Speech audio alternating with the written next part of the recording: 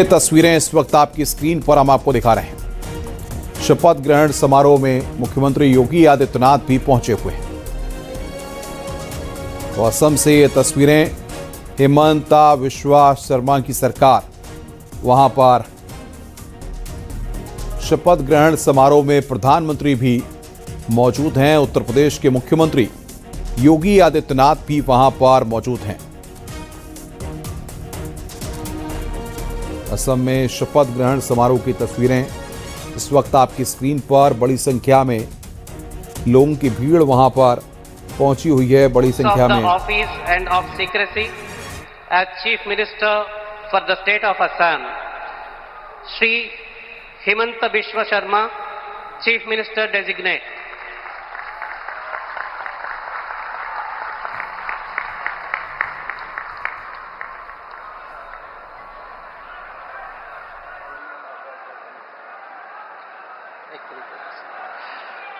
You may be pleased, sir, to administer the oath of office and the oath of secrecy to the Chief Minister designate as invited and presented.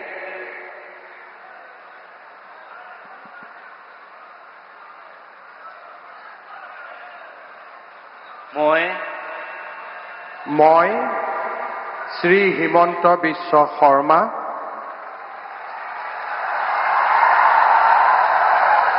ঈশ্বৰৰ নামত শপত লওঁ যে বিধিৰ দ্বাৰা স্থাপিত ভাৰতৰ সংবিধানৰ প্ৰতি মই প্ৰকৃত বিশ্বাস আৰু আনুগত্য পোষণ কৰিম। মই ভাৰতৰ সাৰ্বভৌমত্ব আৰু অখণ্ডতা অক্ষুণ্ণ ৰাখিম। মই অসমৰ মুখ্যমন্ত্ৰী হিচাপে মোৰ কৰ্তব্য বিশ্বস্ততাৰে আৰু শুদ্ধ অন্তঃকৰণেৰে সম্পাদন কৰিম আৰু মই ভয় বা পক্ষপাত, অনুৰাগ বা বিদ্বেষ নোহোৱাকৈ সংবিধান আৰু আইন অনুসাৰে সকলো শ্ৰেণীৰ লোকৰ প্ৰতি ন্যায় আচৰণ কৰিম। মই শ্ৰী হিমন্ত বিশ্ব শৰ্মা ঈশ্বৰৰ নামত শপত লওঁ যে মই অসমৰ মুখ্যমন্ত্ৰী হিচাপে মোৰ কৰ্তব্যৰ যথাযথ সম্পাদনৰ বাবে আৱশ্যক হোৱাৰ বাহিৰে মই এনে বিষয় যি অসমৰ মুখ্যমন্ত্ৰী হিচাপে মোৰ বিবেচনাৰ বাবে অনা হ'ব বা মোৰ জ্ঞাত হ'ব তেনে বিষয় মই কোনো ব্যক্তি বা ব্যক্তিসকলৰ ওচৰত প্ৰত্যক্ষ বা পৰোক্ষভাৱে অৱগত বা প্ৰকাশ নকৰিম।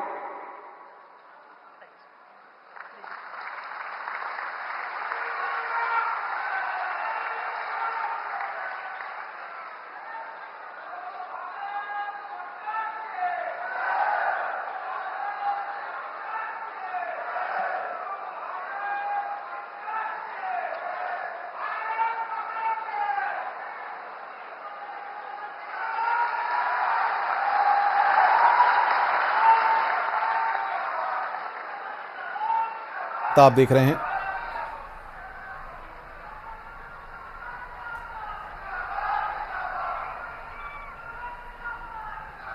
असम में एक बार फिर हिमंत बिस्वा शर्मा की सरकार आई है और शपथ ग्रहण समारोह की तस्वीरें इस वक्त हम आपको दिखा रहे हैं।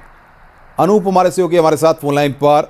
शपथ ग्रहण समारोह हो गया, किस तरीके से असम में जिस तरीके से सियासी समीकरण थे और उसके बाद हिमंत बिस्वा शर्मा की सरकार बनी है और आज शपथ ग्रहण हो रहा है। बिल्कुल, देखिए बीजेपी के लिहाज से अगर देखें तो आज का दिन बहुत बड़ा है और खासतौर पर असम की जनता, बीजेपी और एनडीए के लिहाज से, क्योंकि एक वक्त था जब वहां कांग्रेस की लगातार सरकार होती थी और कभी लग नहीं रहा था कि बीजेपी की सत्ता कभी बीजेपी सत्ता तक पहुंच पाएगी।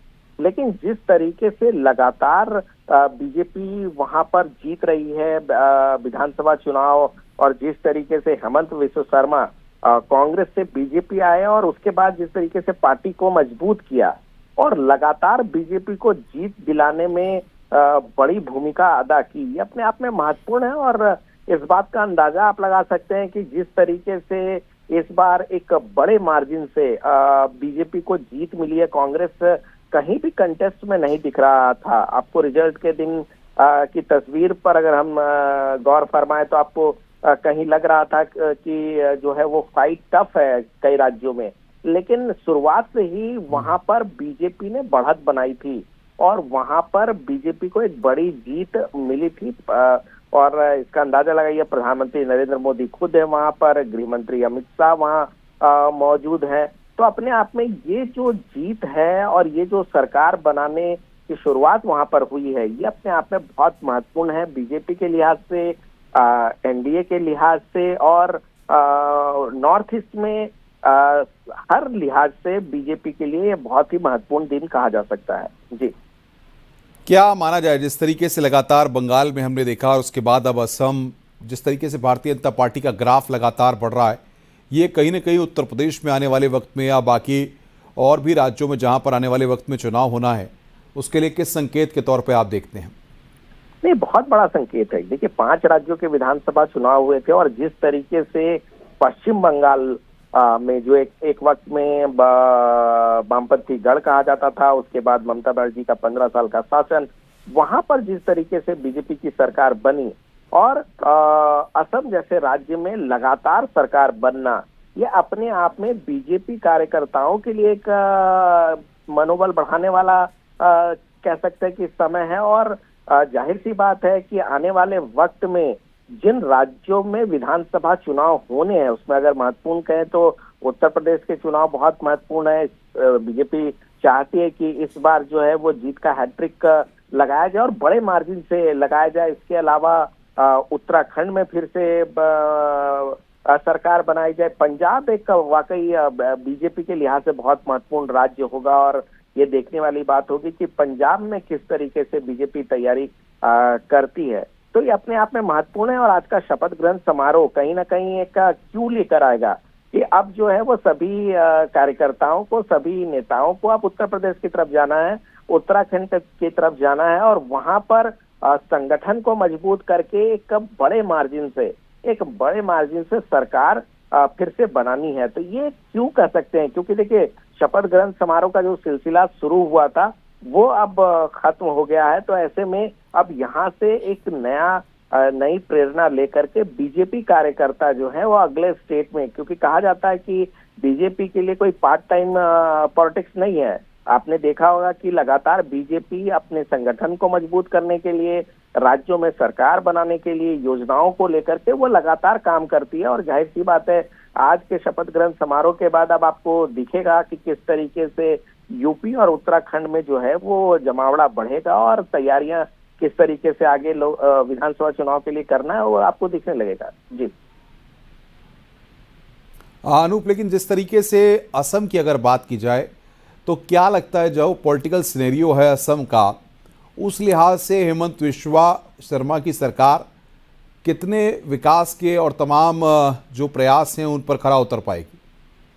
देखिए, हेमंत बिस्वा शर्मा लगातार किस तरीके से असम जैसा राज्य अगर हम कहते हैं तो इसका मतलब ये है क्योंकि ये बॉर्डर से जुड़ा हुआ राज्य है और एक वक्त था, आपको बताऊं कि यहाँ पर घुसपैठियों का एक बड़ा मुद्दा होता था। लगातार डेमोग्राफी जो है वहाँ का चेंज हो रहा था। कहीं ना कहीं जो अल्पसंख्यक समुदाय के लोग हैं वो कई ऐसे कंस्टिट्यूएंसी थे जहाँ पर बहुमत के आंकड़े पे बिल्कुल अनूप, बहुत बहुत शुक्रिया आपका हमारे साथ जुड़ने के लिए और बातचीत करने के लिए। जिस तेज गति से पिछले 5 सालों में यहाँ अनवरत रूप से काम हुआ है, लगातार डबल इंजन की सरकार ने काम किया है, आगे भी आदरणीय प्रधानमंत्री श्री नरेंद्र मोदी जी के मार्गदर्शन में इस प्रकार से डबल इंजन की सरकारें एक नया कीर्तिमान विकास का, सुशासन का बना रही हैं।